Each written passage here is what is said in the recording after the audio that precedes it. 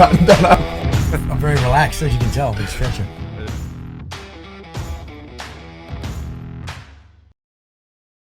Podcast 4, mate, for the day. Let's see how we go. Scotty, you brought us in some treats, mate. What's going on?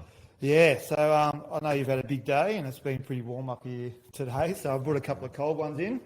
We've got Jocko Willink's Go cans. So I brought two flavours up for you. Jocko's personal favourite, the pomegranate white tea, and Dakota Meyer, who's a sniper from Canada. He got so Smash people's faces in with rocks. old. Was that him? Yeah. Old crack a duck. You can crack a duck there. So it's up to you guys. You can either have his flavours, black cherry and vanilla, or you've got the pomegranate. Say crack a duck. Crack a duck, mate. Oh, crack a duck. Crack a duck. Looks crack. Start your afternoon off with crack a duck, or you got the. What have I got? You got the Jocko's one, have you? Yeah, or? Jocko. Oh no, you've got the crack a duck, mate. In the camo colours. Here we go. That's good. They're both good. Can I try that one too? Yeah, mate, go for it. I brought them for you guys. So what is this stuff? Explain to us what it is. Yeah, so it's a. It's not an energy drink. A lot of people, if they don't know about it, they look at it and they think it's like Red Bull. It's not. It's keto. It's sugar free. They use monk fruit. So it's still pretty sweet. That flavour before. You probably have, mate. But it's all like Dr. Pepper. It's all top range stuff. Knowing Jocko, he doesn't put his name to anything that's not natural as well. So he first originally come out with a pill form, and then he went to cans. And I'm hooked on this stuff. It's all natural, and if you're ever having a cloudy day or a cloudy moment, it's known as a cognitive enhancer. Fuck yeah, so it's like nootropic. Yeah, so it doesn't give you that big sugar rush or that big caffeine buzz that like Red Bull and shit gives you. So it just constantly keeps you. It's got L-carnitine in it too. Yeah, so it That'll keeps keep you on you a burning fat. good buzz. So I'm going to do the same. Hook in. I'm going to So crack it up. do you distribute this stuff now? I don't. We've got one of our supporters, Ian from Get Some here in Brisbane. He's been supplying the Veterans Grappling Program since day one. He's been helping us out with supplements for a lot of the guys, and some cans. So thank you to Ian. Yeah, I've seen his socials pop up following some of our staff and commenting on it. And I haven't reached out. I didn't know who he was yet. And obviously, it's a slow process. You get to meet everyone eventually, but yeah, it sounds like he's doing some good stuff. Yeah, he's doing some really good stuff, and he doesn't ask for anything back, which is really good. He's supplied some of the guys. So we got a ex clearance diver who's he's a bit older. He's late 40s. He's just had a knee operation a couple of weeks ago, and he as soon as he heard that, he dove into his pocket and chucked a thing of krill oil and joint warfare stuff for his joints, so to help him recover a bit quicker, which was really nice of him. And he's actually put us onto Jocko Willink's major crew, and I'm pretty excited to say today that they've had a 2-hour phone call with him a couple of nights ago, and they're fully behind us. So Origin is the company that's everything's made from the dirt to the shirt, as they call, and they do everything from boots, jeans, t-shirts, all the way through to Jiu-Jitsu gis, which they're going to be supplying to our members, and so they're going to give it to us for cost price, and then the amount of money that we can on-sell them for goes straight back into our foundation, which is a major get for us, and they want to build up strong links, so further on, when the borders reopen, we hopefully might be able to get their team out here and do a few things for the veterans, which is really good. They're really supportive of the veterans. So, yeah, that's been a massive help for us in the last few days. It's been good. So good way to finish a Friday, mate. Oh, mate, yeah, it's good. We put a little teaser out on social media this morning, seeing if anyone can guess. But I don't think anyone would have guessed that. I know I wouldn't have. They come out of the blue, really, for us. So yeah, we're super excited. High quality group. as we said before, Jocko puts his doesn't put his name on anything. He's pretty full on. I don't know if you've ever met the guy, but he's pretty intense. I was lucky enough to meet him a couple of years ago, and so looking forward to getting over there and them coming here. Fuck yeah, that'd be sick. Yeah. So we met you while we were being yogis, or learning to be yogis, down in Byron Bay, upsetting the apple cart. We certainly did. Bunch of gorillas walking around trying to learn yoga. Yeah. And I just want to let everyone know. So you're Scott's there. Yep. What's your story, man? Why we got you on, bro? Yeah. Start from the beginning. I was born in New Zealand, actually. Mum's a Kiwi, dad's an Aussie. I didn't know that. There you go. Canada here, mate. I keep that pretty quiet. Moved over when I was really young. I was probably about 3 or 4, I think. And then raised down at Phillip Island in Victoria. So on the surf coast. During the 90s, obviously Kurt Cobain and that was quite big. So I was out surfing most days, had the long blonde hair. And still alive, Kurt Cobain? Yeah. And I was a bit of a shit of a kid, like most of us who joined the defence.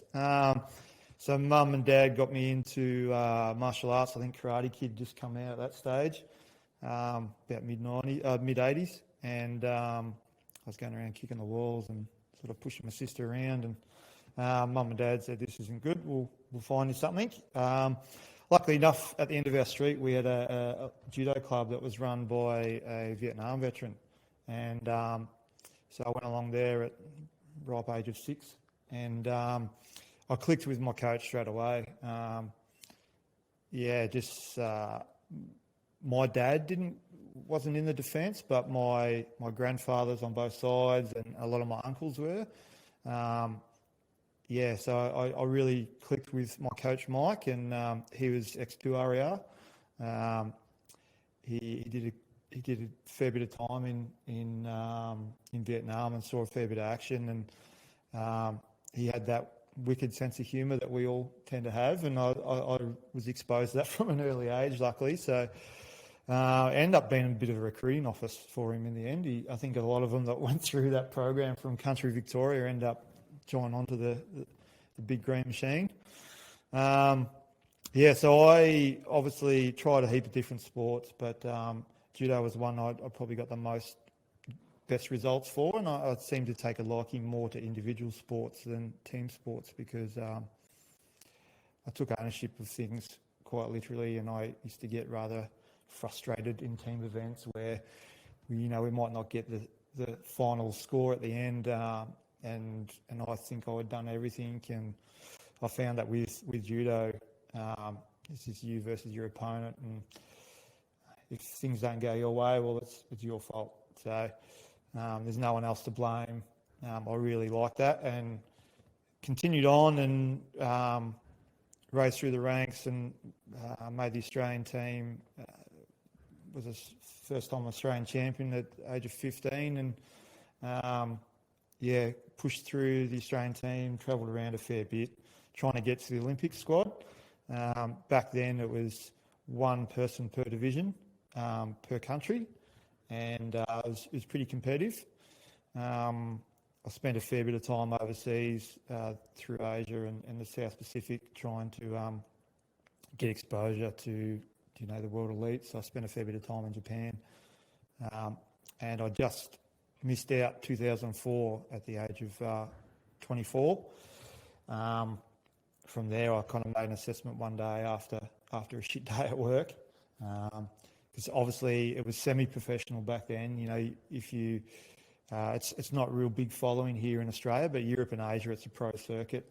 So basically, myself and a few other people in my era were working at home, saving up as much money as they can, still training as much as you can, and then pretty much to save up to fund yourself to go spend time in Europe or Asia to live and train and compete. And then obviously if you get the results, you get some money back in your pocket. So a lot of us were 6, 12, 18 months would spend overseas and then come back and kind of restart again. So we're doing a whole heap of different type jobs. Worked everything from junior development officer for the YMCA all the way through to bouncing at the pubs most weekends, get a bit of training at the same time type thing. And then, because I missed out, I sat down one day and I was like, I can't keep doing this. If I do this for another 4 years and miss out again, by Beijing 2008, I'll be 28. Typically in the Australian team, that's nearly too old for a judo player. They normally tend to go for the younger age group, a bit of a selection. So I was like, do I really commit again for another 4 years, or do I look for a different career? And my grandfather was a pilot in World War II, and that was always my goal as a kid, to be a pilot. So I actually went down the recruiting office and said, I want to be a pilot. Did all the testing, and then they're like, we're looking at your school record and you did the wrong maths in year 12. So in Victoria, you had 3 choices.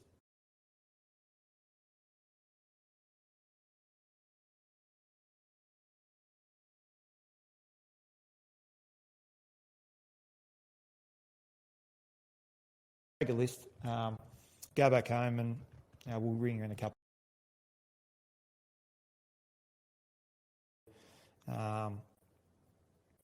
I'd heard stories that once they say that, they might not never ring you. So I didn't really give too much of a notice. I stuck it on my desk when I got home and went back to work. And so I was doing pretty much at that stage, I was doing security full time. And my last major gig before I got the phone call from them again was I was working at the Phillip Island Grand Prix for the bike riders that were there, and I was looking after Valentino Rossi. And what were you doing? Trying to bounce all the women that were trying to get into his trailer?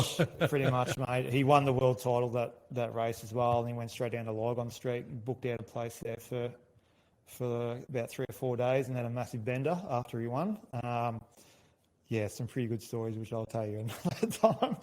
I got the call and said, look, have you thought of anything else? And I said, look, give me half an hour. I'll look through the list and see if there's anything else. And I come across direct entry for Special Forces. So it was always something that was interesting to me, was obviously being a combat sport involved, and I was pretty fit at that stage, a lot lighter than what I am now. Competition weight, I was about under 73 kilos. So I was at 6'1", I was about 2% body fat. We pretty much trained like gymnasts all the time. So I was a bit like a Changi victim when I joined recruit training. But so I said, look, this sounds interesting to me. And, pretty much before I knew it, I was on the bus and heading in. So straight into Singo and, Kapuka. And it was a good group. We had a real close group of guys, and guys from all different backgrounds. We had doctors, pharmacists, pilots, guys that had their own successful companies. We had a US Ranger that had spent 15 years, come over as staff sergeant and was going back through Kapuka and Singo, which poor bastard. Fuck that. There's no way I could do it. A couple of retreads. It was a really good broad group. We all got along really well. Obviously, 45 of you, I think, at Kapuka, we stuck together. And I think in the end, probably about 20 odd got through to the unit. What year is this? Like what? So 2005. We started January 2005. So SFDRS 5, I think we were the fourth. That's what I was going to say. So it was fairly early on. Was that? Yeah. So I think, I think we're about the 4th or 5th group to come through. I can't remember which number it was. I can't say too many names because a few are still in, but some of the ones that are known now into the public, Damian Tomlinson, who's lost both his legs. he's a bit of an inspirational speaker, and he's had a fair bit of coverage. So he's been a real focal point for our group, I think. Seeing like what he's done, you know, we talk about resilience and being at the absolute low.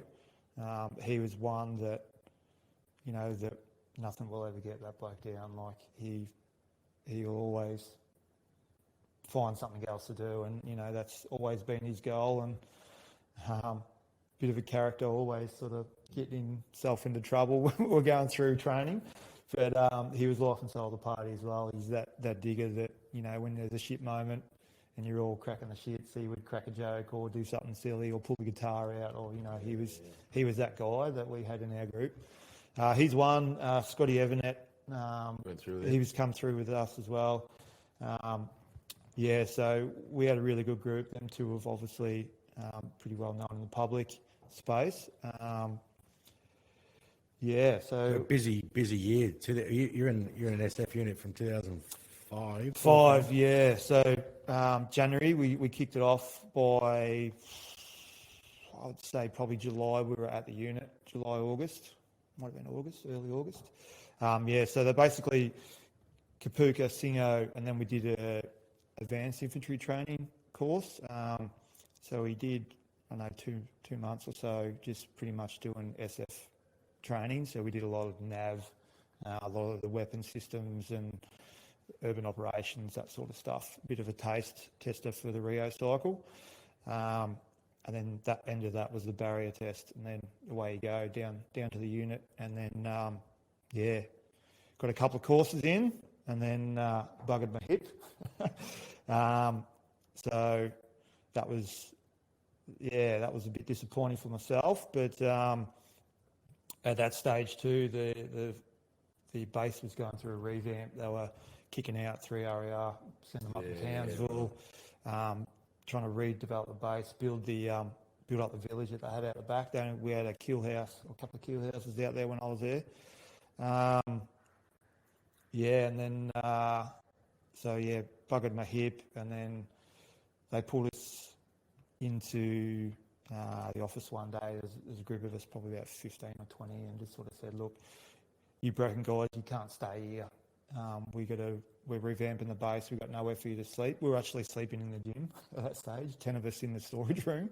So all the glamours of SF was a bit of a facade in some parts. But it was good. You know, army, it's no different really to being outfield. At least you got a roof over your head.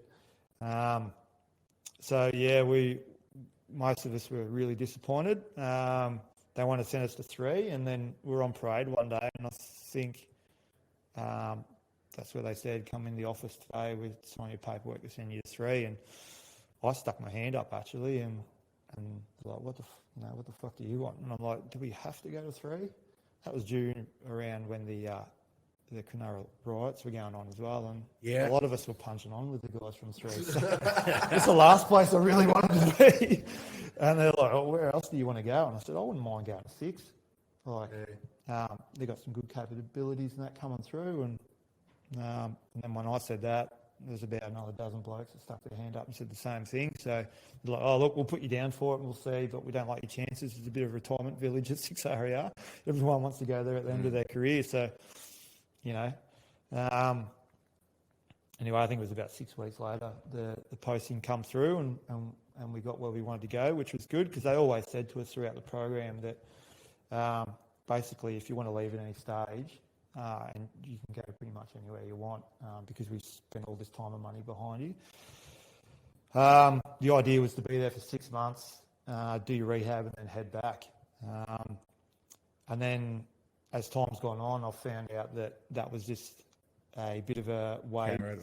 No, they actually, like, it was part of the mental test to see whether you actually did want to hang around or not, of actually telling us that we had to go.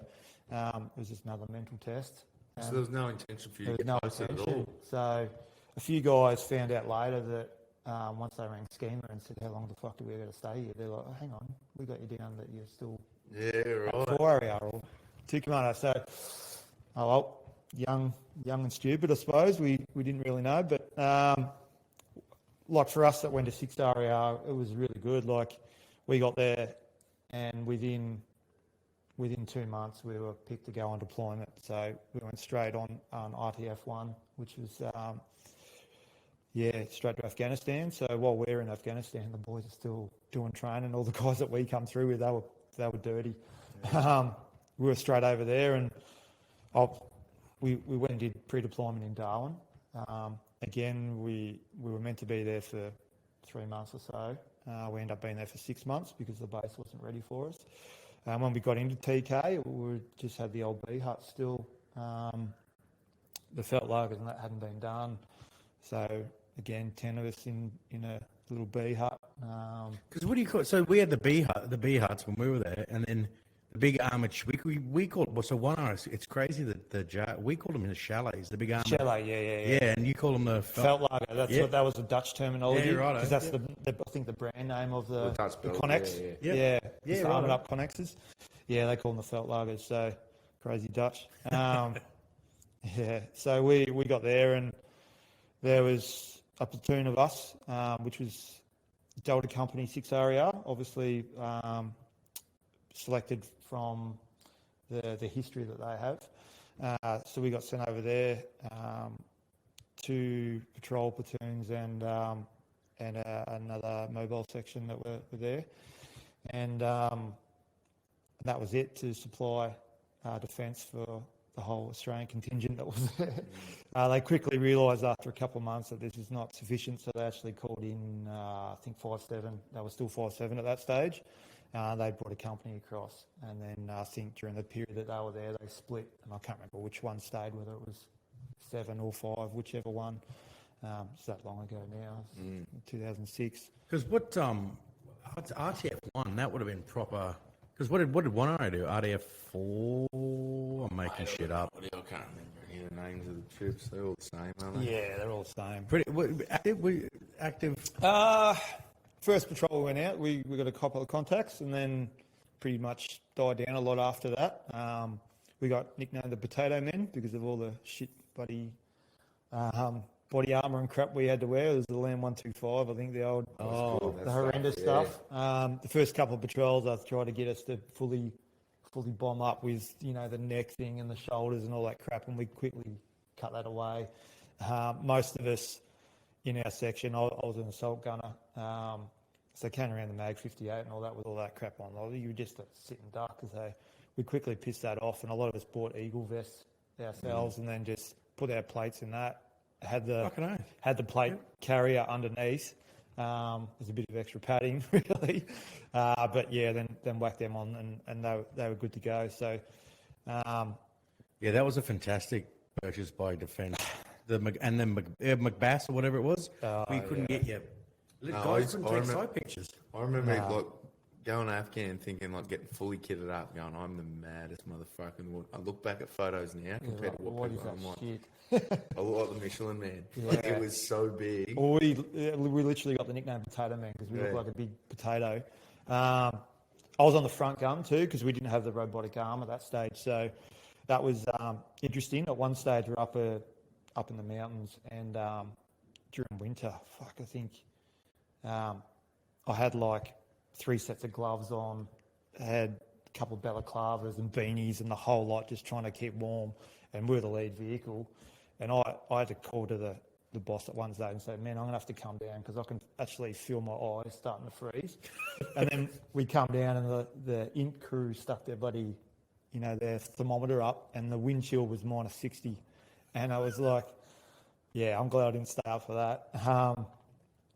It was extreme weathers, but picturesque as well. I mean, the mountains and that, and it really, we were there from the very start, so it was really good to see the transition of the period. So as I said, we're in the B huts, but so the actual Dutch base was getting built. We didn't have a mess or anything at that stage. It was just a tent with some Dutch hot dinners, like TV dinners, and made horse meat and all this other crap. It was horrendous. Most of the guys just lift off rat packs, so a couple of guys lost a heap of weight. In town, there was no power, there was no mobile phones or anything like that. Towards the end of our trip, we were there for about 8 months.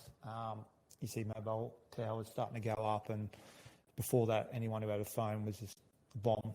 They were ready to set a bomb off. So we kind of had our ROEs were pretty much we could attack, but as time went on, things changed, and the Dutch didn't have bushies at that time, and then towards the end of their trip, they did. So the locals, obviously, we had a distinct vehicle, so everyone kind of knew us locally, which in one way was really good because the locals really liked us, the kids especially. But once the Dutch got them, they just friggin' did their own little Dutch thing. Like towards the end, kids were throwing rocks at us and hating us. We were all just under the same umbrella at that stage. So the action stuff, look, it was kind of what I expected. Probably expecting a little bit more, to be honest. I think the thing that really affected me at that stage, now that I look back and reflect, it was Old Man Love Thursday, to be honest. Like, you hear it in the briefings before you go, and because we were the first group, we just thought it was scare tactics.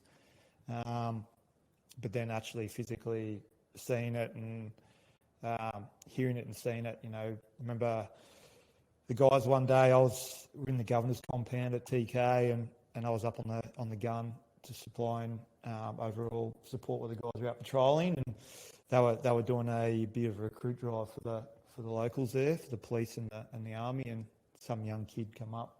He looked like he was about 15 or 16, but he was probably 25. How malnutrition they are there. Asked about the flyer, like, what's the go? And I just watched him. He just got dragged. He was digging his heels in, didn't want to go. They dragged him all the way to the back of the compound into a little hut, and then you see each one of them take a turn through him, and then there you go, mate. There's your uniform. You're now one of us.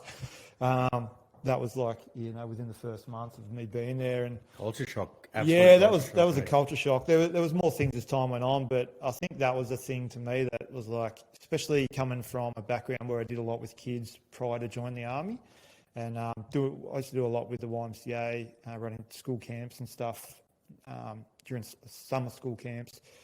A lot with kids that have come from broken homes and domestic violence sort of scenarios, and then seeing that and not being able to actually intervene and do anything because of the culture, that was testing, I must say. And then coming back, and then you go into the shops, and most people don't realise how worked up you can get when you get back, and a lot of people think it's just the physical action stuff, but I think moral injury stuff is what. Moral injury, yeah, exactly. And going to the shops and then seeing kids like complaining they don't get a chocolate or a fucking toy or something, and I'd just be sitting there going, you don't know how good you've got it. So that was probably the part that affected me the most. So from there I went to Iraq, OBG 4. So we're down at the old airport that they took over down the base, down the bottom of southern Iraq, and that was complete opposite. So the trip to Afghanistan, we had a really good boss. He was really diligent with the way he designed his missions. We always went down a different road, different tactics and stuff, keeping the enemy guessing. We'd always do a really big debrief, well intrigued. SF boys would always be there and putting in their bits and pieces. Then I was with Alpha Company 6RER, OBG West, OBG 4 West, massive base. So it's pretty much the Yanks had taken over an airport. We had to catch a bus to get to the vehicles from our accommodation. Huge American mess halls, Baskin and Robbins ice cream and all this stuff compared to the old horse meat that we got from the Dutch. Movie theatres and restaurants and all that sort of stuff. And the patrol tempo was pretty good though. The time went really quick. We were day on, night on, night off. And we're basically out on patrol looking for bomb makers and and people line IEDs and shooting mortars at the base and all that sort of stuff. So we would just switch with another platoon. We would go out one night, come back, sleep. They would go out the next night. So the time went really fast, and kind of like I was not even 12 months after coming back from Afghan. So you're back over again. Felt like Groundhog Day in a way. 6 hour out, mate. Yeah. Because they were the only ones that were motorised, really, and they thought that they were the Exactly. only ones that knew how to drive Bushmasters. Yeah. They sent them everywhere. Drive a lucky. Christmas tree fucking automatic, mate. Yeah, mate, easiest thing to drive there. See, I was lucky to get on a bushy driver's course when I got back, so I went over on that trip as a driver, and we'd just drop the guys off to do a patrol for the night and come back and just harbour up on mate. Oh. But that was really repetitive. We were going down the same roads every night. I come in about 2 months into the trip because I had ankle surgery, hurt my ankle loading up for recon course when I got back, and my course during that period when my sergeant was definitely old school. My chit said I couldn't run, but he said, doesn't say you can't fucking walk, so you got to push this trailer up the hill here. And I did that for about 2 months, and my ankle I kept on saying my ankle's stuffed, and he's like, nah. So in the end of that, I was booked in for my first surgery a couple of months later, and so I went in October, and I think by December, January, I was over in Iraq, caught up with the rest of the boys, and when I got there, I was still pretty much in operational mode from Afghan, and the way that we were really thorough with everything there, I kind of brought that same mentality to the trip there, and I kept on getting told I'm just a new guy. I'm seeing things that aren't really there, and they've been here for this long, and they wouldn't target us, they target the Yanks and all this sort of stuff. And I was seeing all these signs, and for IED being laid in this area, it was, to me, like when you look back at it, and probably telling you guys it'll be blatantly obvious, the Bedouins that are like the gypsies there, they were on this S-bend road that would constantly go down. They just disappeared just like that overnight, one night. The CEO told me it was just that time of year that they pick up and move.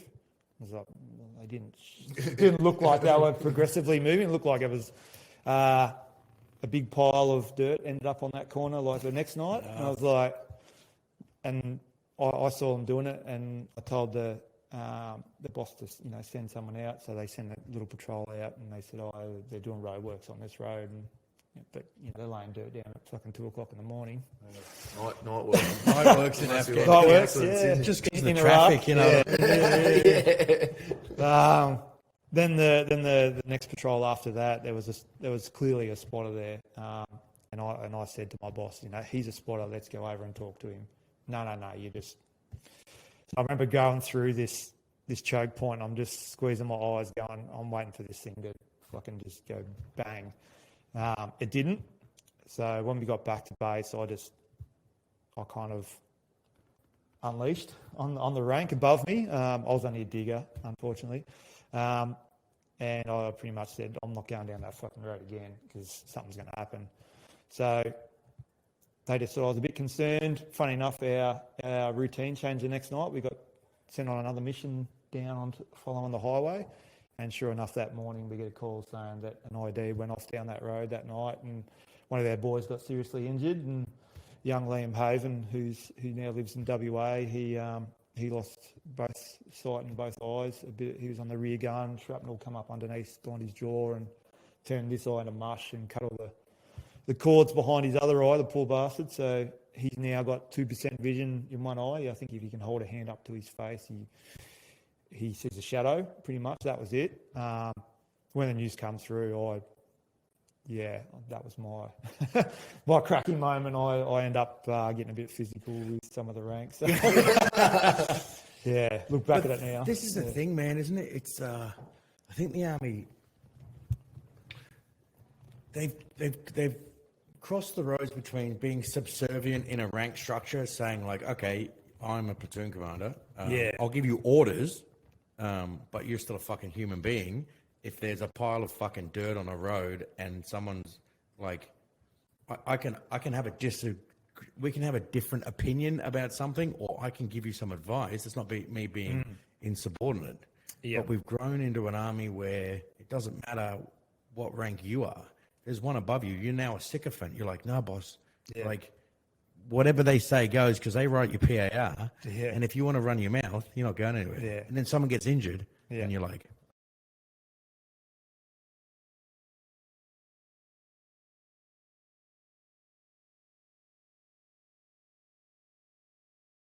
I had to see the psychs and all that sort of stuff because I had a bit of a problem with authority. Yeah, and I think just with the continue up tempo with 6RER I had, we went from Commonwealth Games to Afghan to Iraq, and then we got back from that and we're pretty much doing specialty courses again, and then revamping for Afghanistan again. So it was pretty much go. I come back, I was on crazy edge there for a while.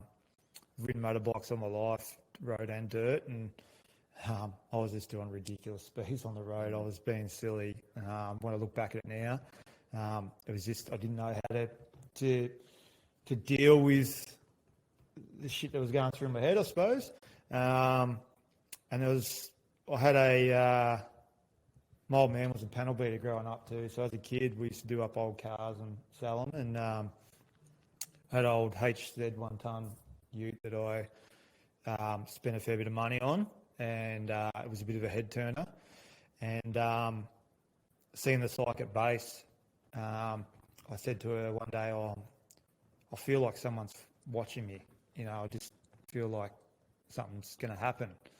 And again, it's that same sort of thing of what happened in Iraq. And she was trying to say to me, maybe it's just, these issues that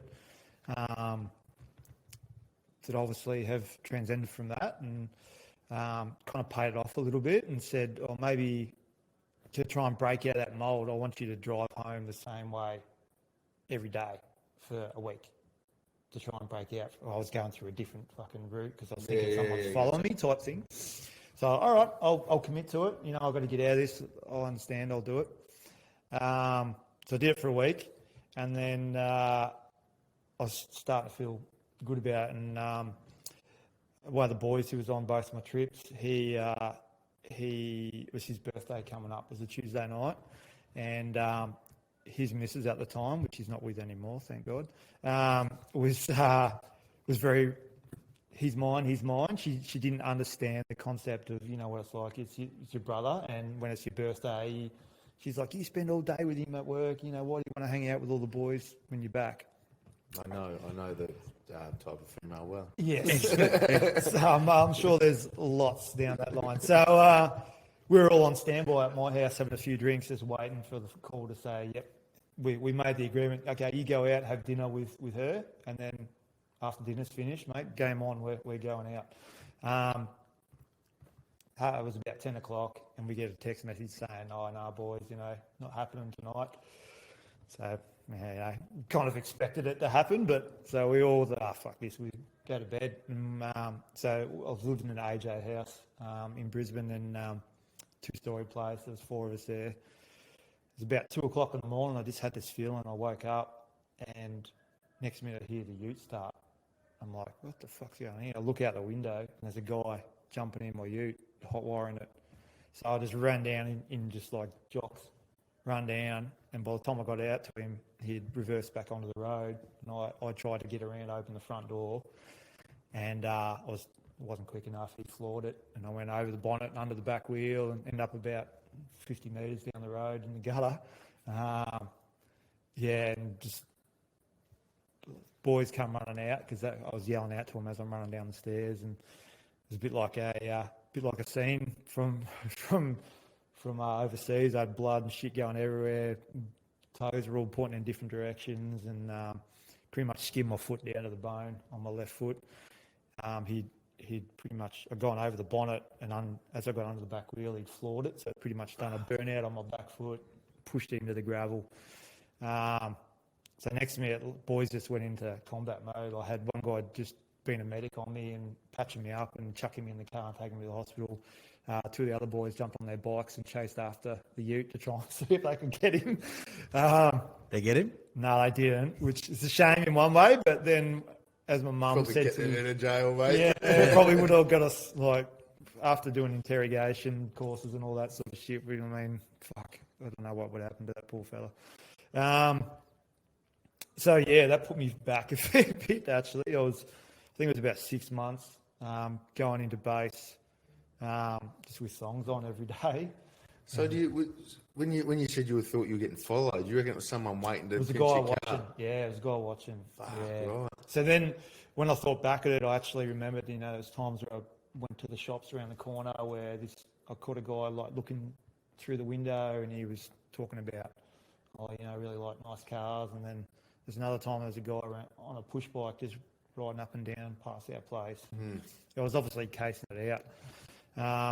The prick took it for a joyride, went over the other side of Brizzy, fueled up at a station, did a runner, didn't pay for it, did a runner, and then we found it 2 days later in the scrub near where we lived, torched. He pretty much set fire to it.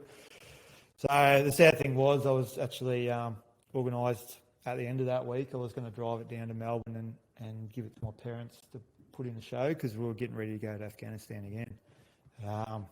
So yeah, 6 months where the boys are doing their pre-deployment for MTF1. I was in rehab trying to get skin to grow back, and luckily I didn't have to do any skin grafts or anything. But silver nitrate, I don't know if you know what that is, but I got accustomed to that. It's a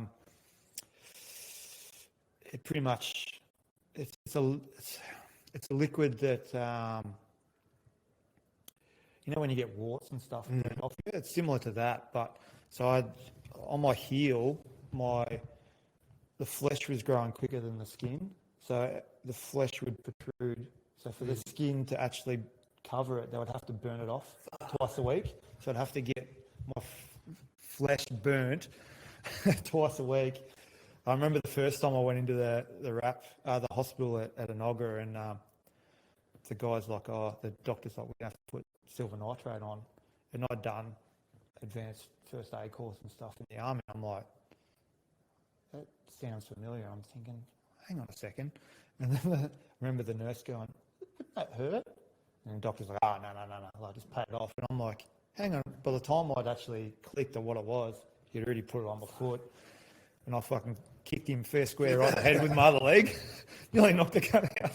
And I remember he like gets down. I'm like, oh, sorry. Like, it's just a react. I didn't mean it. Like, I understand what he has to do. And so after that, every time I had to come in, I had to report in twice a week to get that done. I had to have 2 or 3 nurses hold my leg down. So that went on for about 6 months. Finally, the skin healed. It was a bit like tissue paper for a while. Then they tried all different boots and stuff to try and get that going.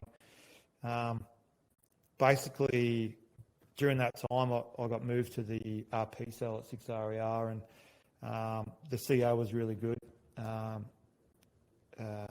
Colonel Blaine, who's now Brigadier, I think he is, he's the head of 7 Brigade now. He sort of said, with my background, we'll get you there, and we want you to train the boys up in hand-to-hand combat for MTF1. And I was going to be his driver for that trip. And obviously, for the people who don't know much about that trip, it ended up being a pretty full-on trip, and I knew they weren't going to be driving for much. It was mainly going to be chopping in and out to the FOBs. But basically, in the end, my foot, I just didn't trust it, because I knew at some stage I'd probably be called out on patrol, and I didn't want to be a liability for the boys. So I got out of my own accord and pulled the pin January 2010. So I did 5 years, pretty much nearly to the day. And got to move down to Goldie. Met my now wife during that year, transitioned well. She was a nurse, luckily enough, which with all my injuries would probably helped. And then worked at a shooting range for a while, actually, with a safety suit, and we did everything from 22 pistols and rifles up to 50 caliber pistols, which was a pretty eye opener. Obviously, really diverse indoor shooting range, clay target shooting, the whole lot. So it was pretty good seeing guys come in thinking they know everything, and or getting kids, because I think they could, kids from the age of 14, I think, could shoot there without a license. So kids who play all the video games come in thinking they know what it is. They know everything about the gun except for how loud it actually is. So that was a bit of good fun. That was just a good way to get a gun fix and a bit of a transition. And then the mines for a little bit over west, and then when I come back, I worked with the Gold Coast Suns. I was there for about 3 or 4 years, and started off as a trainer, and then end up being the head trainer and tackling specialist coach, working within close sort of football, how to move the body around, and helping guys out in key position areas. Which was, I mean, I grew up with footy, and a lot of my cousins and my dad and my uncles played at the elite level, but I was fully concentrated on judo, so I never really got that far. I didn't really start playing until I was 19, I suppose, which was too late for the elite level. So really enjoyed that. That was really good times. Had to be with the team at all their games interstate, and we even had a game in China, which was good before obviously all this shit was happening.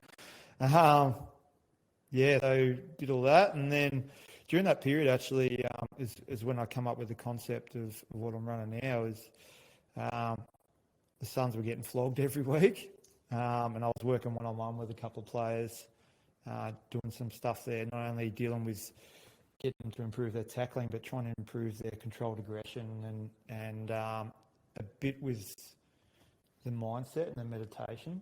And obviously with my background, I was teaching them about breathing and a lot of the stuff that we went through, funny enough, with Tristan and the boys down at Byron last year. And a bit like Cobes, where I was doing that stuff but not actually realising it was a form of yoga, so to speak.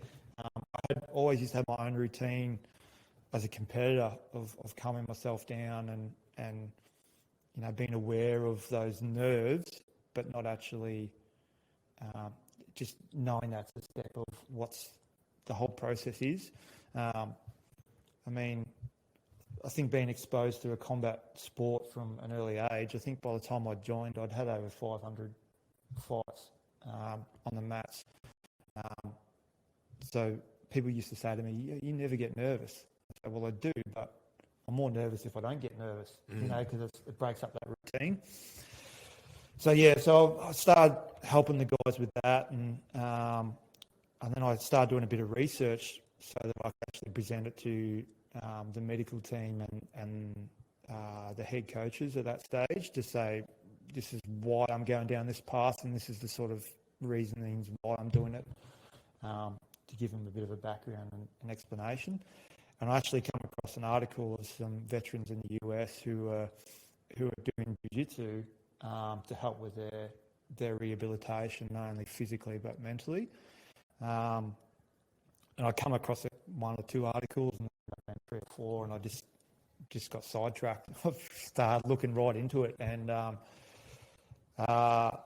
through working with Elite Sport, I knew a couple of the guys on the coast. One was working with the Gold Coast Titans as a physio, and the other one was used to be a pro fighter for Muay Thai, who'd been doing work with veterans as well. And he was a black belt in Jiu-Jitsu as well as a Muay Thai fighter. So we just got together pretty much midway through that footy season. We had caught up for lunch one day, and I sort of said, look, I come across these articles. These are like really interesting, and it'd be awesome if someone here in Australia would actually do it, because I can see the benefits not only for myself but other guys that I've been doing a lot of one-on-one sessions with. And I always remembered back to my coach, my Vietnam veteran coach, when I was at my elite level at sort of 19, 20, when I was training with him 3 times a day.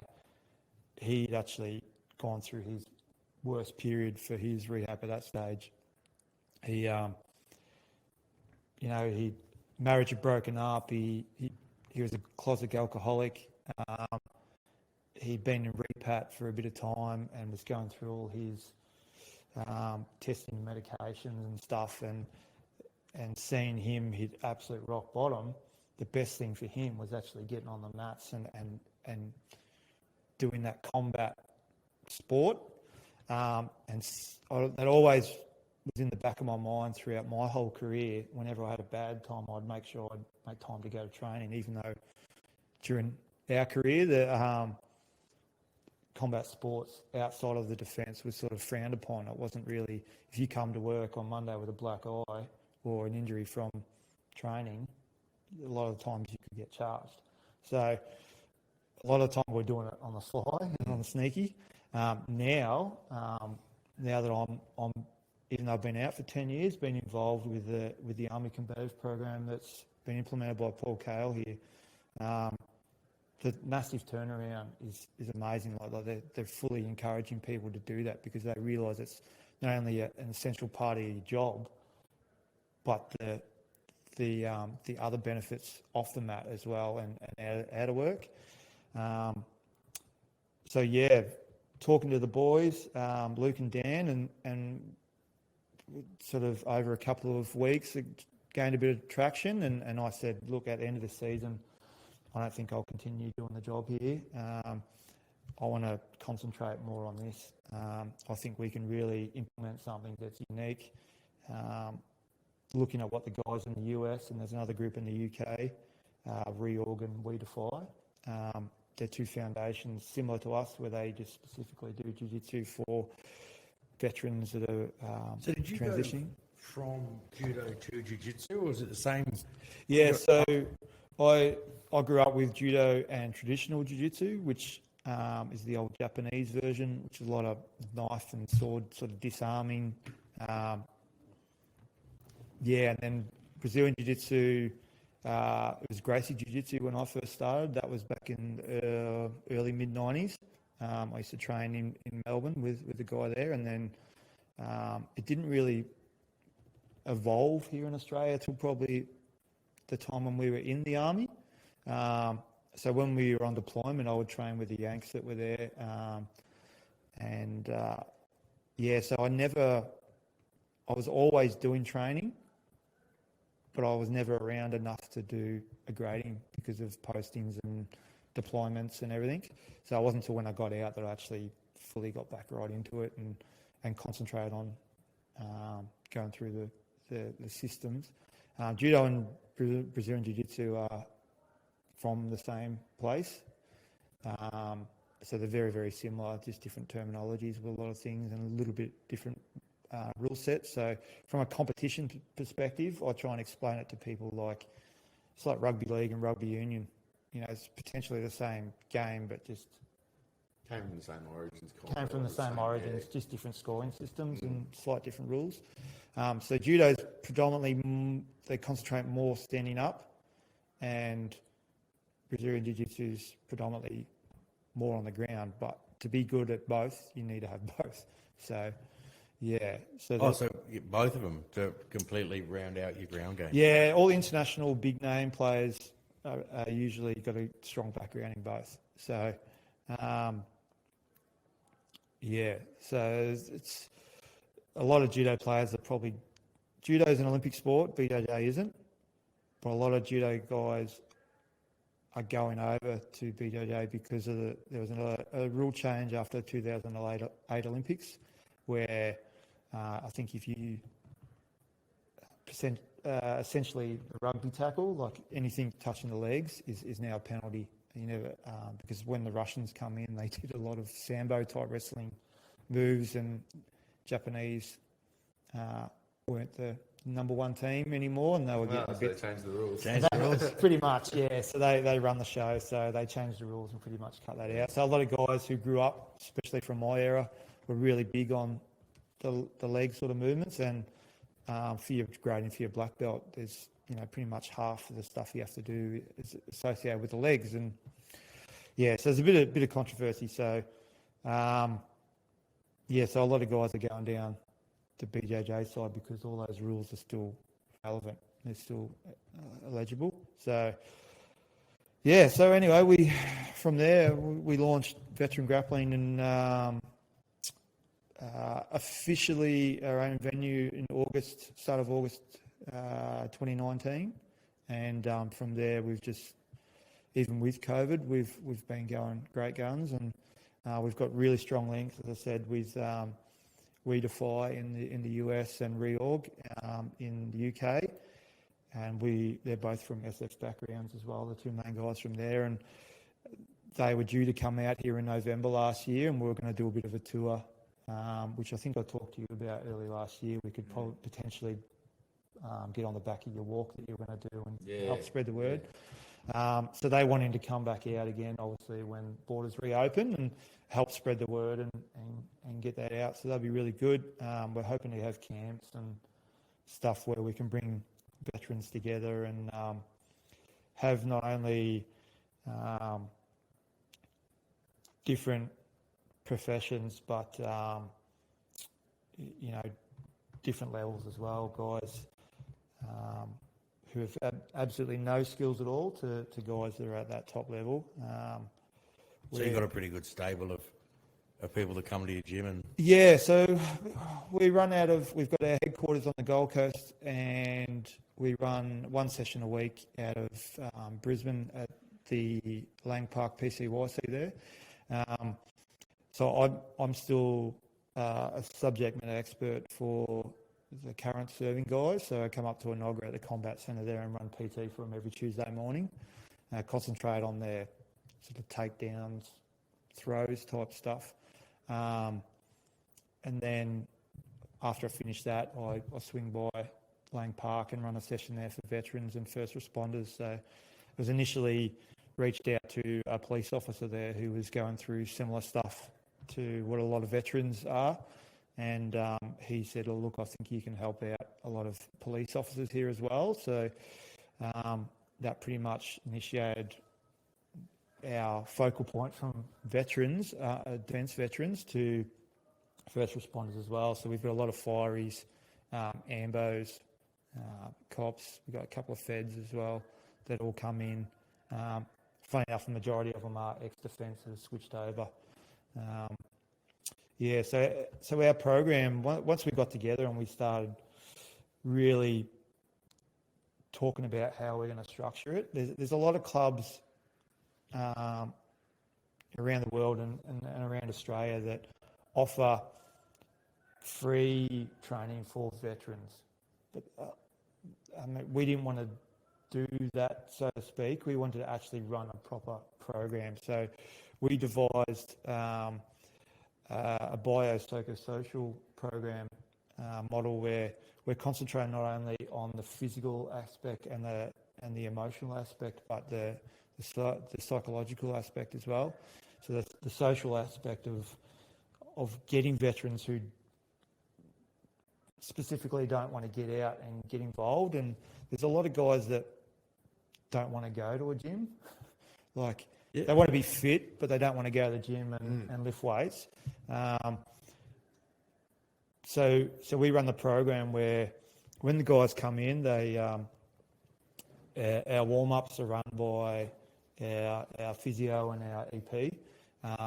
Everyone fills out their medical record before they come along, or they brief the guys if it's their first night to sort of see. Everyone's got some sort of restrictions. Most of us are in our 30s and 40s now. So, whether it's lower limb injuries or back or necks, or everyone's got something that's a little bit tender. So they devise the warm-up as a bit of it's not your usual warm-up that you get from a BJJ gym where you get in there and you sort of do a light roll or you do some movements and then get into it. It's more of an activation type movement. So getting the body active, which again, like after meeting you guys in Tristan last year, was really just everything clicked. Like it's that same thing. So we get the guys moving, getting their restrictions free as much as we can, and then our program's designed around what we can teach these people who attend that they can do without making them feel like, oh fuck, I can't do that. You know, my arm doesn't bend that way, or I can't bend over, or my knee. I've just had my knees replaced. You know, I can't. So it's really well devised. Between the three of us, we've all got a very strong background in the grappling art. So we make sure that that's in there, and then at the end we finish off with Yin Style Yoga, where you know, not like what we did probably 12 months ago, where the old bendy stretchy stuff that looks good for Instagram. It's more that hold that position for 3, 5, 10, 15 minutes, stretch out the joints, not so much the muscles, and really reset the mind. So we get them in, we move them around, we give them some techniques, then they do a bit of a controlled roll, so we call it chess. So like the board game. So we take turns. So especially for the new ones, the more advanced guys can go normal, but if it's your first or second go, or even your first 6 months, we take it in turns. So you'll have first move. So you might just grab him around the neck, and then he'll grab your arm, and then you take turns.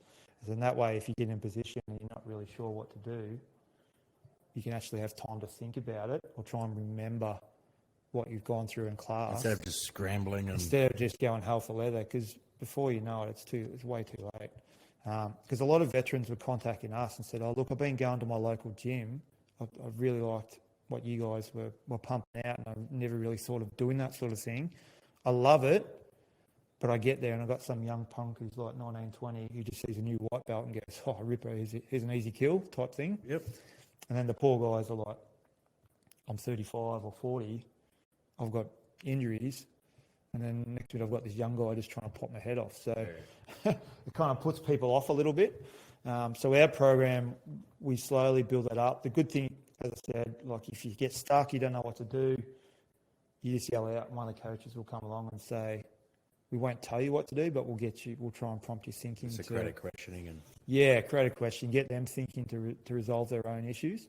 So the studies that we come across and we're conducting ourselves and seeing the same results are that, like, from a combat perspective, especially from combat veterans like ourselves, you know, you get that initial adrenaline rush when you're in the contact. Then when you come back, it's really hard to find that same feeling in anything you do. So a lot of guys, you know, they try skydiving and they try this, and that sort of burns out pretty quick. They're not really getting that same thrill, or they get on a bike and do stupid speeds like I was doing. Where this way, it's in a controlled environment. You've got no chance really of getting injured, so to speak. It's not like a striking art where you're constantly getting punched in the face. You know, you're under control, but you're in a combat zone. And the really big aspect is the trust. The trust thing for veterans, I think, you're gaining that trust by, you know that if you tap, your opponent stops straight away. Where the results we're getting from that is coming across ridiculous compared to, as I said, from my own perspective, losing that trust for rank, pretty much, when I come back from Iraq, or when guys get out and they go to integrate with civilian population, and they find it really hard to trust people who aren't other veterans or first responders who have lived a similar sort of experience.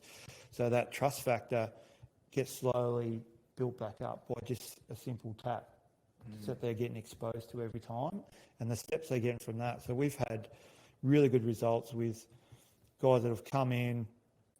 They've been hard to get off the couch. They've come in, they've done the program for 6 months, and now they're integrated back into our open classes, like with the civilian population, and they're meeting new friends, and they're competing, and they're doing gradings and so forth, which was... So you can grade... Yeah, we grade them in BJJ, Judo, and we started doing kinetic fighting with Paul, Cal, and the Jiu-Jitsu, which is what they're doing with the Army as well. So we're trying to give them a broad range. They can do all of them, or they can do one, whatever their desire is. Mate, I reckon this is spot. I mean, you're you're going to take this. I know exactly where you're going to take this. Where? With the CTE, head injuries, strike, and combat sports. Oh, that's part of it. I'll go down a different line, but yeah, definitely. That's why I keep telling probably the last 3 months with the podcast, been like, yeah, I started doing jiu-jitsu, and it's because I go like once a week, and then I get distracted, and I'm like going nowhere. I've got to go at least 3 times a week to get anywhere. Yeah. But that was what I loved about it, was that I grew up getting knocked out playing rugby like every weekend, and then joined the army and get CTE from blowing up big things, and I got no interest in, like, I need some form of contact sport. I don't want to go back to rugby. Definitely don't want to get into striking, because get punched in the head, mate. I'm not getting any younger. I'm only going to get dumber. And it works. Like, you walk away from a session like that, and you're like, I've had a physical challenge with another dude where if it was real, like the conversation we had with Paul this morning, it's like, you're never going to get to that point where you're fighting for your life, but it's as close as you can probably get. And you get the same satisfaction out of it. Exactly. Great. Yeah, and it's a real tactical game as well. Like, the more, it's a bit like golf, the more you get into it, the more technical it actually is. Like, that's why a lot of nerds are really big on PJJ, because they can pretty much control the big gym junkie and destroy them. And we're lucky with our physio. He's actually doing his PhD in head and spinal injuries. So he's a lot to do with concussion through combat sports. He's a UFC physio as well, so he goes to all the big fights. And so having him on board, knowing that factor, throughout my research too, I've found like having that, it's not just the physical exposure that you're getting, it's that mental thing as well, because you're having to think about your game plan, your next couple of steps. And when you got someone trying to pull your fucking head off, you're not worried about, that time in Afghan when exactly. I just get my fucking head pulled off. I need to get out of it, mate. So Damian Brown summed it up really well. He said, it's a bit hard to be worrying about things when someone's trying to choke you. Pretty much, you're not worried about anything else that's going off the mat. I think one thing for me too was getting back on and gaining that clarity of actually getting the mind. It's something simple but hard as well. I come across a study during that time as well about some Canadian soldiers who did a study on the 84. Have you heard about them? So the Carl Gustav 84. The studies that they got from the concussion, they said it was actually worse. Oh yeah. Because it actually rips through the whole head. Yeah. And I think the recommended thing was 1 shot per 24 hours. That whether you are the one firing or you're the one. Safety super. Number 2. I remember in Afghan, I think we did our whole deployment's worth in 1 day. Like, well, and like, you just keep cycling through, mate. We had boys safety souping, and they were getting camo. He's a truck driver. Yeah. A big interstate truck driver, and a couple of boys, Tommy Trainer. We did a safety course with, did a DFSW course, and the boys come off the fucking hill, and we were just like, go, next dude, go. They fucking nosebleeds, mate. Yeah. And they were coming off. I got concussion with one, I reckon. I couldn't see nothing because my number one was like 5'5", and my head was like right near the edge. But yeah, I think like there's all that other exposure that we don't really know about, and shit will come out probably much later on in date when we're near death. Anyway, mate, I went to I'm massive for this. This is why I'm not going to do contact sports. Like judo, jiu-jitsu is going to be my thing. I went to this while I was still in the army. I said, look, I want to get my fucking head read. Like for I want to get a brain scan. I want to know what's going on, because not just age decline and people throw it off as loss of neural pathways and plasticity. I'm like, no, I'm fucking forgetting words and getting dumb. Yeah. And I was like, what the fuck is going on? And so I went to this chick, and she's a neuropsychologist. Did all these tests for fucking 2 days, 8 hours worth of tests. Like, this is a square, this is a circle, if the circle, you know what I mean? Yeah. A full cognitive suite. And she's like, why did you specifically ask to do this? I'm like, we've been blowing shit up next to our head for fucking years, 18 years in the army. And all these boys are doing it. And the signs and symptoms of CTE, which is a lot of these studies coming out, especially from the Warrior Angel Foundation, they're massive with it. CTE was presenting with the same signs and symptoms as PTSD. And I'm like, fuck, if this is a thing, I want to get it checked. And she had no idea. She was like, nah, it probably wouldn't happen. And I had to I brought up a video of someone firing an 84 because I'm like, oh, we fire 84s. And she's like, oh, yeah, no, cool, no worries. Is it a rifle? I'm like, no, it's an anti-tank cordless rifle. And I showed her, and, you know, with the dust kicking up, boof. And her fucking jaw dropped, mate. And she was like, fuck. I was like, that's why I want, and because at the moment you need to get a base test first. And then hopefully you're further off the decline than everybody else before they even recognize it. The tank rounds in World War One and World War Two weren't even that big, and now you're firing them from your shoulder. Yeah, firing from the shoulder. Exactly. Yeah, World War One tanks didn't have the caliber of you're firing off next to your head. That's why I reckon the research that's going to come out from that. Like, we did a lot with the Suns on concussion because one of the players there, Cade Kolajasny, who just retired through concussion, he was having through concussion. He retired through concussion. He was real bad, man. Like, I remember one day I was running a grappling session there, and we're like, "Where's Cade? I don't know where he is." And he was sitting in his car. The doctor had told him to go home, and he's sitting in his car for 10 minutes. He couldn't remember where he lived. And that's at the age of 24, I think he was, or something. And like, mate, I'm going to clip this because I get fucking lost in Townsville, maybe because I'm a retard, right? Or in Darwin, and my missus... Or in Coffs Harbour. we were driving through Coffs Harbour the other day, and he's like, mate, I have driven this way 6 times in the last 2 years. I can't remember ever going through Coffs Harbour before. Yeah. And that is like the one town that has not been bypassed. You have to go through Coffs Harbour, and it's pretty unique. So it's got a big fucking banana in it. Like, oh, mate, you might be in trouble. Mate, I go through and I moved to Darwin, and I had panic attacks because I'd go from the gym. It's like 4 turns to get to the gym and get home. And then Darwin's like Townsville. You cannot get fucking lost. Yeah. And it took me, and it still does. And my missus is like, "You a fucking idiot. You can't get lost." I'm like, I fucking don't know where I'm going, mate. And who are you? And who the fuck are you? So maybe that's just an excuse for me having zero navigational ability. But man, this is something. Yeah, 100%.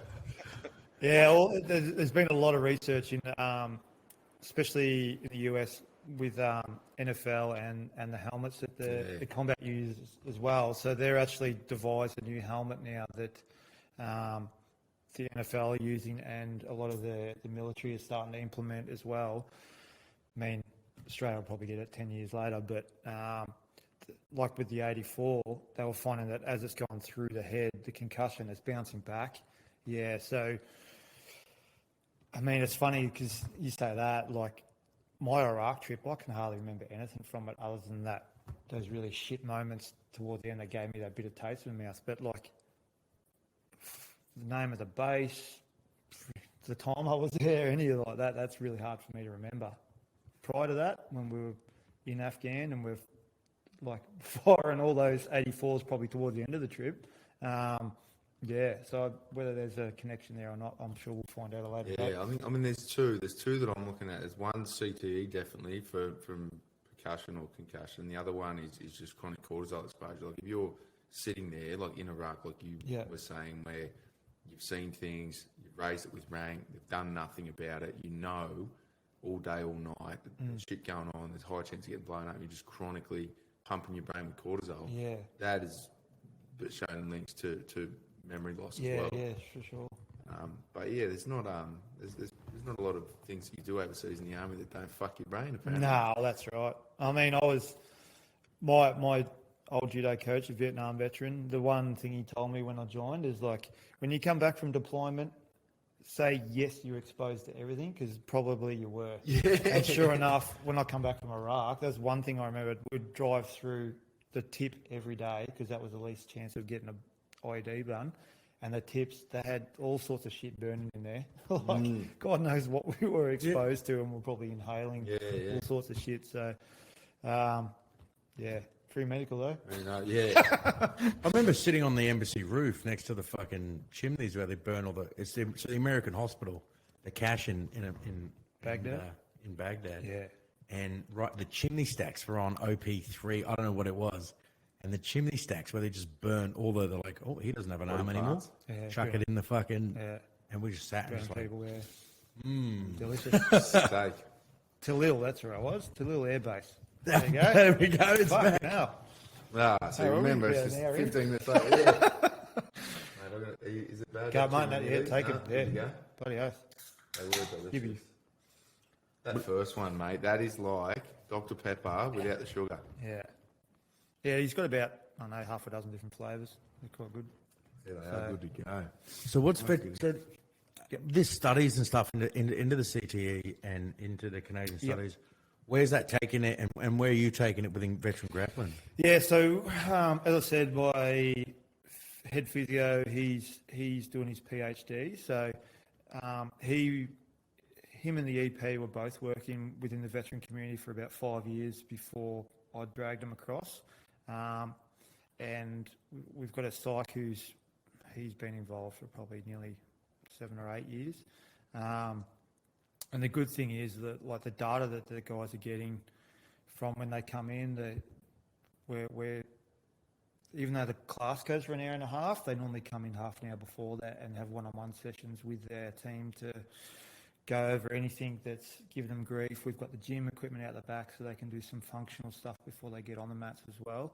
The data that we're collecting, we're basically showing that we're getting the results so that we can pass that on to Veteran Affairs to try and show that this is what the pilot program has produced. So much so that 12 months ago, they were really keen to get behind us and asked us to push it out nationally. So we put some social media posts up. In about 3 weeks, we had over 400 veterans apply to do it. So the interest was massive. I had to pull it down. I was getting too much. We went back to DVA and then fucking COVID hit. So it was a bit hard. You can't really get too close to people when there's restrictions in. But we've had some really good meetings recently again. So the studies has been really good. We've had a couple of papers written that are getting published by a couple of universities. So some really hard evidence that, again, it's going to be great for DVA. And Open Arms have sort of come on board and we've been liaising with them. We've the group of three of us, myself and the health team, have helped run a couple of the courses for Open Arms as well. So we've run mental health first aid, and we've run, which is a 2-day course, and we've implemented I'm trying to think of the name of what they call it. It's like a couples retreat type thing. They take veterans and their partners, and they take them away for a couple of weekends over a 2-month period, and it's run by 2 psychs. They teach them coping mechanisms for both of them, how to deal with, integrating back home, and how to deal with the anger outbursts, and how to deal with kids, and all that sort of stuff. And we come on board and we run the health side of things. So we brief them on how to get back moving, and the minimum amounts that you should be doing, and healthy eating, and pretty much what you guys are doing on your app. And then I've run a couple of yoga sessions for them that go for about an hour and a half, 2 hours, and same with the Yin Style. I just put them in a position for 15 minutes and just let them chill out, have the music going, and just let them zone out. And then, funny enough, at the end, I always ask them, how long do you think you held each pose for? And they might have only done 4 poses. An hour and a half's gone by, and they're like, 5-6 minutes. Like, you were there 15 to 20 minutes. So they all get blown away, like pretty much like we were, 12 months ago. And obviously, as I said, we do that at the end of our training. It might only be for 5-10 minutes, but same thing. The guys and girls are getting getting huge benefits from it. So our process now is the studies that we're getting huge results. We've had a lot of psychs within the region now and rehabilitation centres that are actually giving veterans day release to come to our program as well, because we run classes through the day. So we've had guys in a rehab centre and girls that come in, they do the program, and then like some of them are 6, 8, 12 months down the track. They're still sober. They've lost 20 odd kilos. They've got their life completely turned around. They're back moving again. We're phenomenal, mate. Yeah, getting really good results. So, I mean, that's what we kind of set out to do, and it's working. And that's basically just trying. Now we just want to get to that point where we want to try and implement the program everywhere that there's interest. So, we sat down with one of the universities a couple of weeks ago and we've tried to sign a deal with them. Looks like it's through the admin phase at the moment, but to have a qualified program that's accredited through a university where practitioners, so whether medical background you are, or if you are a veteran who's got experience in the grappling arts, can come in and every 12 months do like a refresher course where we pretty much teach you the program. So then that way we're controlling, so we're not getting some yahoo out there trying to implement what we're doing, hurting people. We're realising that everyone's got a fair understanding. I mean, our medical team... Yeah, the scaling process would be scary for people. What you've got with your experience in your team, and then opening it up and going, right, you go, exactly. And don't fuck it. And not so much the brand damage, but the people. Hurting the people on the other end, the trust. Yeah, exactly. So, I mean, we are unique. We've got a very unique group that have come together. So we're trying to work out how we can expose the rest of the nation that are out there to what we've got, but without, as I said, having some cowboy break someone. The other option is potentially we could go and run seminars in the main areas, obviously with restrictions with COVID at the moment, but that's where we're sort of sitting at the moment. How can we best give the public the demand that they need? How can we implement that the best way possible? So, yeah. Mate, that's something. I think there's room. There's a space that I'd love to have a chat about. And again, this is just throwing ideas around, and we can go into this deeper later. But we've put together. We've got good support from some of the big clubs in Sydney, and I mean they got plenty of pokey money. Yeah. And through COVID, their pokey stats went through the roof because everyone cashing job seeker checks. It's like, fuck, I'll just throw this free money in pokies and see what happens. But we've built like a solid base with Coogee. Because their club, it's not a massive one. It's not a big pokey revenue club. It's near the beach, and they're converting half of their building into a gym. Like they've got a gym upstairs now and a pool and a sauna. And they see the value in moving forward by innovating in the health space rather than doing cheap beers and palmy fucking combos. So we've kind of put this concept to them and a bunch of the other big clubs for the Swiss 8 HQ, which is to try and get some of the other clubs thinking like Coogee, going, all right, you've got to give back to veterans as part of your kind of ethos, or it used to be anyway. Let's understand that young veterans don't come in for pokies and palmies anymore. Yeah, exactly. Let's put on this health model. And the only thing, Coogee's new in the middle floor, they've gutted the whole, used to be a ballroom, it's fucking massive. And that'll be like Globo Gym upstairs, and the whole ballroom's getting turned into like a functional fitness center. And the one thing missing is martial arts. And what we've pitched it, because they basically came to us and said, "Tell us what you want. We'll get it built." And we're like, everything from their plan. They showed us the plans, and I'm like, the only thing you need to change in here is you've got to find space to put some mats in and do some fighting. And all they've come back to us with is if you can find someone to run it, we'll build it. Yeah, sweet. Because they're going down the path of they don't want to hire a whole bunch of staff to be PTs and all this. Yeah. They're going to outsource almost everything. Yeah. So that is something I think. Yeah. And like flowing on from that, when I've started jiu-jitsu, like again, very recently, the model that they've got, Gracie Barra's model, it's obviously tried and tested. It's the biggest brand in the world. But I think when did they start? 80s, 90s? Yeah. They haven't changed their warm-up. No. It is like watching the ANA on those videos. Like you go in cold as fuck. And when you said like your guys come in and you do functional warm-ups and then you roll for a bit and then you do long stretching, that model resonates with me. That is not what I do when I go to jiu-jitsu. No, that's right. You go in cold, you do some star jumps, you do these fucking squats that no shit do me injuries every time because it's like, you're cold, quick. You've got 30 seconds to do 50 squats, go. I'm like, all right, yeah, that's not a warm-up, bro. No, that's right. I mean, we've got guys, like 2 weeks ago, a guy had back surgery. He was on the mat this morning. We had another guy who's had 2 knee replacements. We've had another one who's had a hip replacement. We've had all these different pretty serious injuries that most people go, well, if I've had that, I'm not going to be able to go to a normal gym. And they probably can't. But to our program, because of the medical team we've got, and that's the beauty of it, they're on the mat.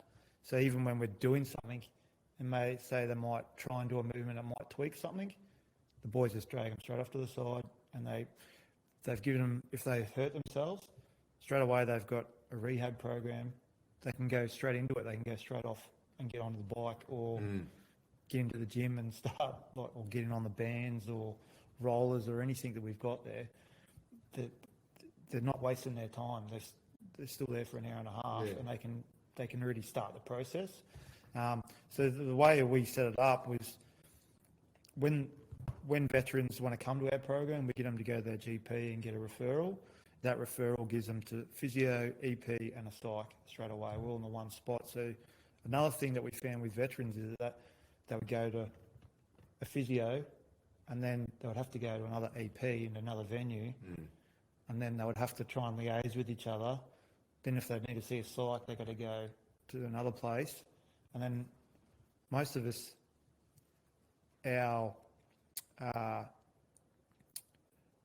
levels of tolerance are probably not as high as Roger, mate.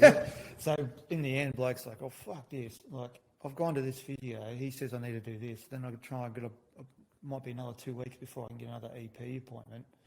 Where to us, we found that guys can come in, they get everything there straight away. And then you've got that camaraderie like we had in the defence as well. So that's the other thing, that social aspect. We try and do things like for the barbecue we guys did for you guys. Like, blokes loved it. They brought their partners and their kids down the park. Perfect. The kids went fucking nuts. And some of the cops that are still currently serving rocked up in uniform. Yeah, that's and it was really good. Like, everyone was really clicking and getting well. It was having that social interaction. So what we've designed this year is, because of that being really well, and we had a couple of guys that had hard times for Remembrance Day as well. So we've decided that this year we're going to do gradings. We've situated them around Anzac Day and Remembrance Day, so that for the ones who might not want to go to the get-togethers, they've actually got something to look forward to. They might bring their spirits up, and they've got another reason to enjoy that period of time. That seems to be getting really good response back. And I think just trying to be more, hopefully this year with COVID, we haven't been too bad here in Queensland, luckily, but hopefully we can organise more social events. We are linked heavily with Paul and the stuff that he's doing in the defence, mainly because of the reason why we thought I'm grading him in judo here at Inogra. Geordie loves McBain's grading him in BJJ, and then you've got Paul's system. So they're trying to give the combat guys a little bit more qualifications when they get out, because a lot of diggers when they get out. Oh, you grading current serving dudes? Current serving. That'd dudes. be fucking sick. Yeah, so that they get 3 grades pretty much at the combat base in Inogra, so that whenever their time's up, because your time's up at some stage, they come out. The idea is that if they stick with it the whole time, they could potentially have 3 black belts, so that when they come out, they're highly qualified enough to run their own gym, like what we're doing. They can pretty much implement our program in their thing, so they've got something to go straight into. Yeah. Or if not, they can come into our program wherever it is around Australia, and they continue on with their training. So they're still having that same familiarity of that same feel of what they had when they were in. So that's where we've done really well by trying to build our program and liaise with Paul and Aaron Johnson, who's the RSM here for the Combat Centre, and try and link them in heavily together so that we can actually help current guys, and then when they get out, they've got somewhere to go to, a starting point. So how's how is Paul still linked in with Holsworthy? As far as I know, I think so, yeah. That'll be, I mean, that's what we've kind of slowly creating in Coogee Diggers Club, or the RSL, is the off-base boozer for shooters from Sydney. Yeah. And that would be wicked, because I know half those boys roll anyway already. Yeah, they do. So if they could get... So they've got the Combat Centre there, which Paul and Aaron started, and now, they're still running it, so... If there was, that's what I mean, that'd be perfect. It's a no-brainer crossover. If they can do your program at work and then come and do it outside of work at the RSL as well. Yeah. Is that something like the veteran grappling model? Is that like have you franchise modelled it, or it's a not-for-profit, isn't it? It's a not-for-profit. Yeah, we're a charity organisation, but that's the idea, because of the demand. Like, we just want to help as many veterans as possible. That's what we're set up for. So. If there's any other veterans out there that are in that region that a black belt in judo or BJJ or both or anything in the grappling arts, even if they're a high quality wrestler, they can still do the same sort of stuff. Because we do gi, no gi, it doesn't really matter. We do a bit of self-defense, which is the kinetic stuff that we implement in as well. That's the idea.